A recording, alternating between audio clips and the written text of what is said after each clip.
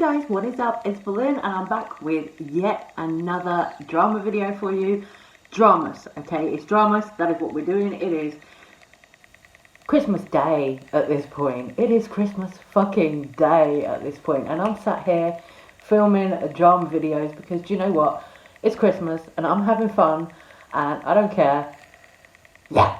And there's a lot going on with some of these YouTubers, you know. There is so much going on at the moment. So I couldn't fit it all into my epic drama video earlier, so now I'm back with another video because there's some crazy shit going on with Trisha Paytas. Of course there is. Trish is doing what Trish does best. Trish is on epic troll mode and I'm kind of here for it, you know. I'm kind of here for it. I really am. Like, Trish is posting pictures in like costume and doing all of this, doing the most, you know what Trisha does. But when I saw this picture yesterday, I was like, girl, what are you doing? I said, what are you doing now, Trisha? Like, apparently now pagan Trisha has been unlocked. Yeah, oh, we're lucky.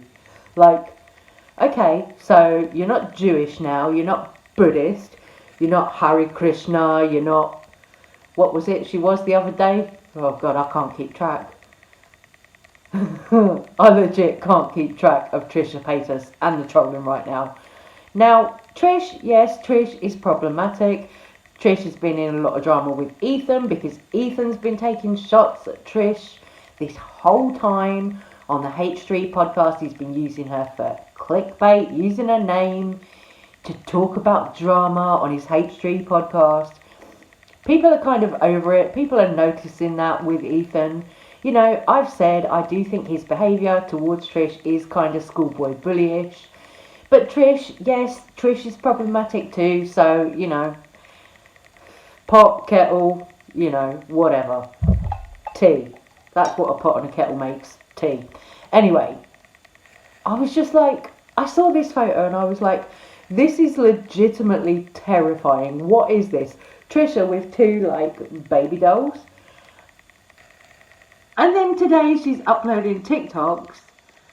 Oh, well, my first Yule as a pagan.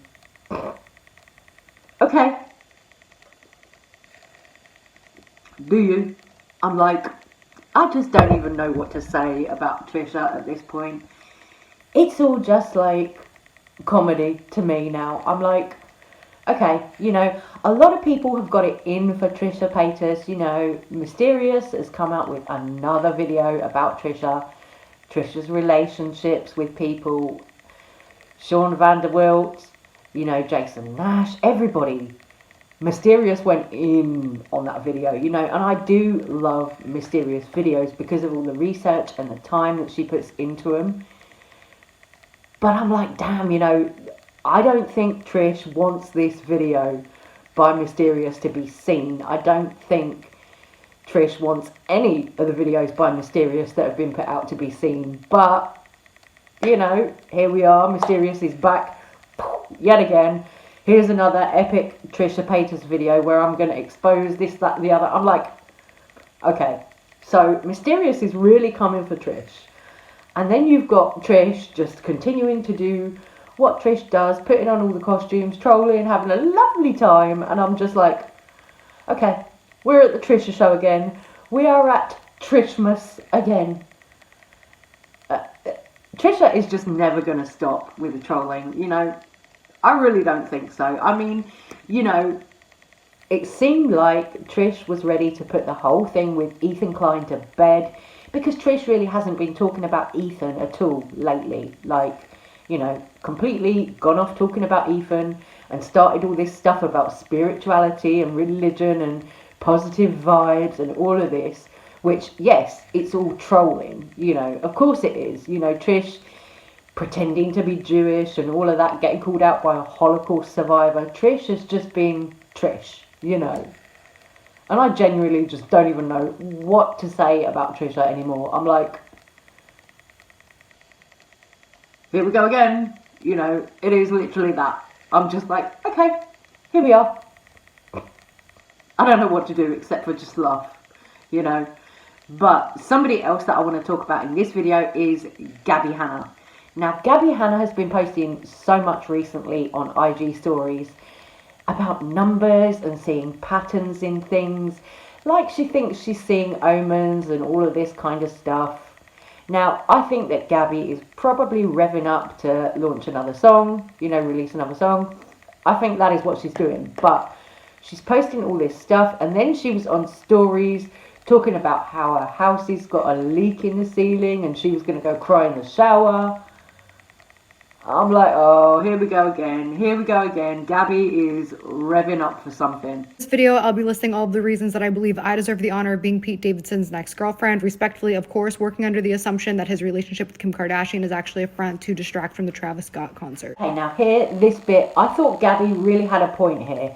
Now, if you're a regular viewer of my channel, then you probably know I made quite a few videos on the whole Travis Scott Astroworld tragedy. I made a few videos about that because that was something that was really interesting to me when people started talking about, oh, is he, you know, sacrificing souls and all of this. That was really interesting to me, you know. And the way that we had all the drama with Kylie Jenner as well, I was like, you know, seeing Kylie get escorted out through the front of Astroworld and all that stuff, that really didn't do Kylie or her brand, Kylie Cosmetics, any favours.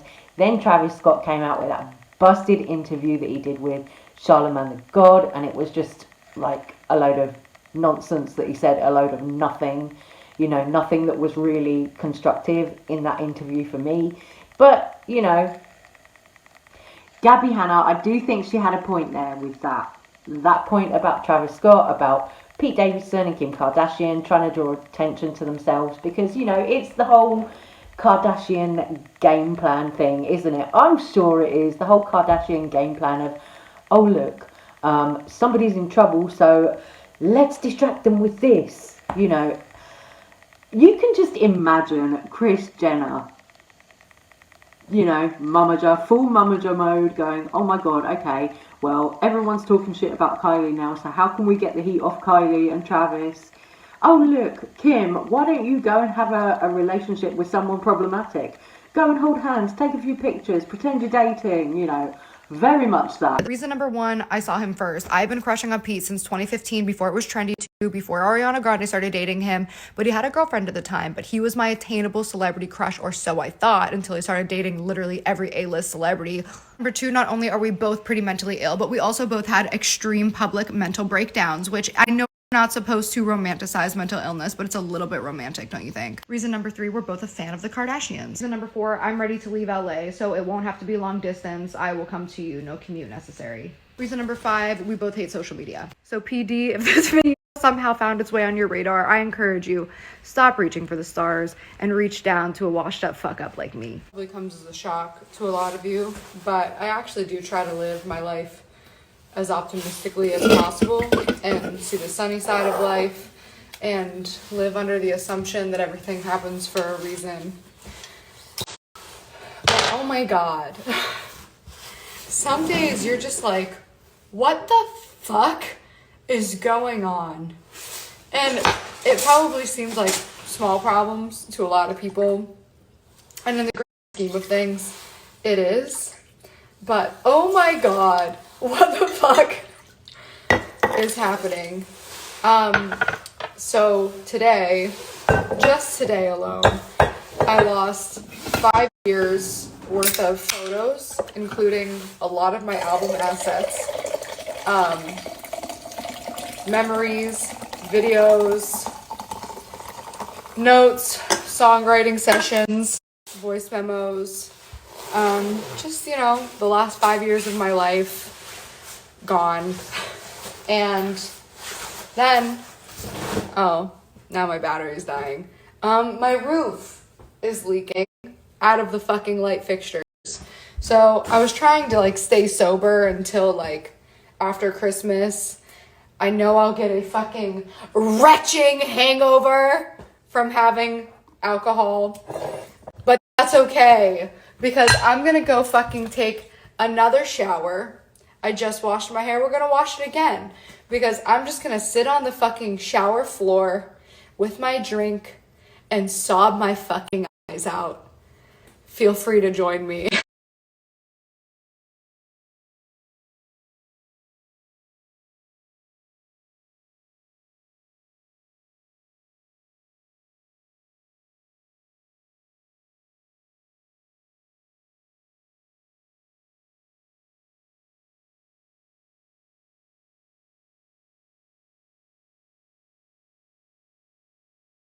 So the universe is telling Gabby Hannah that she should forget the past, move away, start again.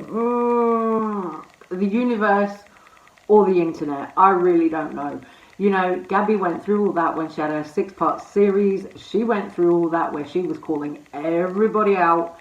She went through all of that and, you know, got a lot of backlash for it. Gabby got a lot of backlash for that series, and rightly so. I think so, rightly so. You know, for me, the whole thing that happened with Gabby Hannah, Jessie Smiles, Alex James, you know, that wasn't something that really should have been played out online, in my opinion, because of the nature of what happened. You know, Jessie Smiles sharing her very personal experiences of what happened with Curtis Laporte. You know, we heard all the details, and I don't ever think that we as the public need to hear that much detail. You know, I'm all for standing with survivors. Being one myself, I'm all for standing with survivors, but we heard all the personal details from Jessie Smiles in that phone call with Gabby Hannah, and then Gabby got roasted for it. She was already getting roasted by people for calling out drama channels and for other problematic behaviour, for calling out people like Rice Gum. She was already in the shit because of that 6-part series, and then it just got so much worse when Jessie Smiles released that 3-hour phone call with Gabby Hannah. People turned on Gabby. People really turned on Gabby, and I think rightly so. You know, do I think that Gabby Hannah is a terrible person overall? Probably not. You know, I think if Gabby Hannah just focused on her art and her music, I think that she could have a really, really good career. But I think that all of the drama and the fuckery that Gabby gets herself into, because she does get herself into it, she tries to blame drama channels for dragging her into it, but she's the one who gets herself into it by her own behaviour. You know, blaming her behaviour on ADHD, and then all the stuff with Jessie that was just too much for most people. You know, it was just going too far. Gabby gets herself into all this drama, and I think that really hinders her having, you know, an amazing, amazing music career and being an amazing artist. You know, I actually like Gabby's artwork. So, like, you know, if you're talented at something, why do you need to go on YouTube and make a 6-part series calling out YouTubers that you've had beef with in the past and doing all of that? You know, Trisha, everybody knows that Trisha Paytas trolls. Everybody knows that Trisha does that, right? That is pretty much, I'm not going to say that's like the extent of Trisha's talent, but that is what Trisha has done on YouTube for the last 14 years, you know, whatever, 14, 15 years. That is what Trisha has done, and that is what they have been on YouTube the whole time. But Gabby Hannah actually writes music. You know, Gabby Hannah actually does artwork, and it's like, if you've got those talents, why do you consistently revert back to calling people out and getting involved in drama? I don't know, it doesn't make any sense to me. Let me know what you guys think. And then Jeffree Star. Now, Jeffree Star came on IG Stories today, and he was talking a little bit about why he's been so absent from social media, YouTube, whatever. You know, we're going to see in 2022, apparently, why he's been so absent from things. I don't know, you know, I don't know. Right. Hi, I'm a little bit more awake right now. Earlier, bitch, I was like, she was coming out of a deep sleep. But hi, guys. I brought out some old Jeffree Star Cosmetics merch. I always save one of every single thing I ever make, and this came out years ago. It's still so motherfucking warm. But Wyoming, I'm ready for some snow tomorrow. It's Christmas. Bring it on. By the way, how do we feel about my eyebrows coming back? This is not a filter. This is real life. I'm so excited for next year. I know I've been a little absent on here, and you will see why soon. I've been doing a lot of vlogging, a lot of filming, and everything will be revealed next year. But there's been a lot of craziness going on. So just know, behind the scenes, you guys always know, it's really great, really bad. It's always a swirl. And around the holidays, it's always triggering if you're someone like me who doesn't have a lot of family, if you have crazy family that you don't like dealing with. I know there's a lot of you out there who can relate. So I'm staying positive. Life is good. So ready for the new year. And yeah, just wanted to do a little check-in. I miss you guys, and I'll see you soon. Are they cooking something up? I don't know. Jeffree said he's been vlogging a lot, but honestly, we're not seeing any of that on YouTube. So I'm just like, okay, so you've been vlogging a lot. You keep saying you've been vlogging a lot, but where are the videos? I'm like, okay. So next year, you know, Jeffree's going to come out next year with his skincare line. So I'm just like, okay, so January he's going to drop the skincare. And then what? Are we just going to go back to having no YouTube videos again? You know, I think so. Personally, I think so. You know, he's saying he's been vlogging. He keeps on saying that. And we're going to see in 2022. So is Jeffree making some kind of series around the whole Star Yak Ranch? I don't know. I really don't. You know, I want to believe that he would do something like that. I want to believe that we're going to see a nice series of vlogs from Jeffree Star, but honestly, I'm kind of losing faith in that right now, because I don't think we're going to see it come to fruition. I think it's just, you know, him saying, oh, I'm vlogging, and trying to sort of, you know, encourage fans to sort of, you know, still follow him and keep up with him. To me, that's what it seems like. You know, honestly, that's really what it seems like. Anyway, guys, I'm going to let you go. I'm going to say Merry Christmas. This is, in fact, a Minnie Mouse onesie that I'm wearing. I don't know if I can show you the hood on it, but it's really cute. Let's see. Can I get it? I don't know if I can get it up past my hat. Oh, well, go. Get the little ears. Oh, yeah, there we go. Hang on. Come on. Come on. Oh, yeah, there we go. Look at that. See, when I don't have this stupid Christmas hat on, it's cute. There we go. Minnie Mouse. Oh, and we're back. But the makeup that I've got on today is actually all Orgy palette. Jeffree Star's Orgy palette and Mini Orgy palette. Now, I never really play with this palette. I'm always like, oh, brown eyeshadow is boring. But today, for some reason, I was just really feeling trying to do a more sort of neutral look, and that's what I came up with. But I don't know, I'm feeling it. I think it's kind of cute. Anyway, love you all so much. Have a really, really good Christmas if you can, and I'll see you on my next one. I love you guys. Take care. Bye.